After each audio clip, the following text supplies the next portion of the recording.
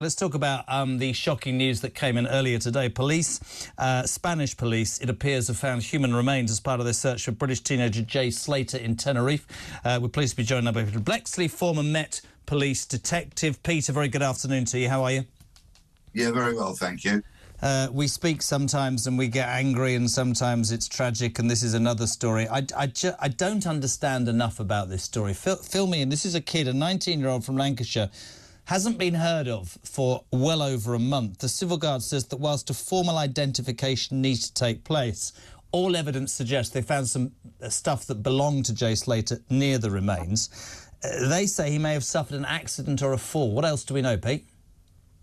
Well, it's 4 weeks ago today that Jay Slater was reported missing by his friend and travelling companion that he went to Tenerife with. He travelled out there with two friends to attend a music festival called NRG in Playas de las Americas. And after he'd left that music event one evening, he got in a car with two men and went on a journey of about an hour to a place called Masca in the north of Tenerife.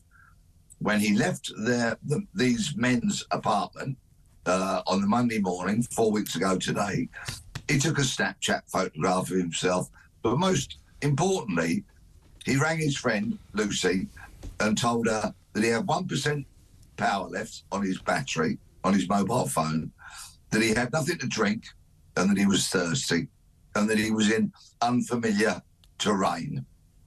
In other words, he was in a fairly mountainous, craggy, rugged, difficult to negotiate part of the northern part of the island of Tenerife. His friend rightfully was concerned and reported him missing to police just a couple of hours later. Thereafter, the Guardia Civil, the Spanish police, launched a hunt for Jay using whatever resources were at their disposal.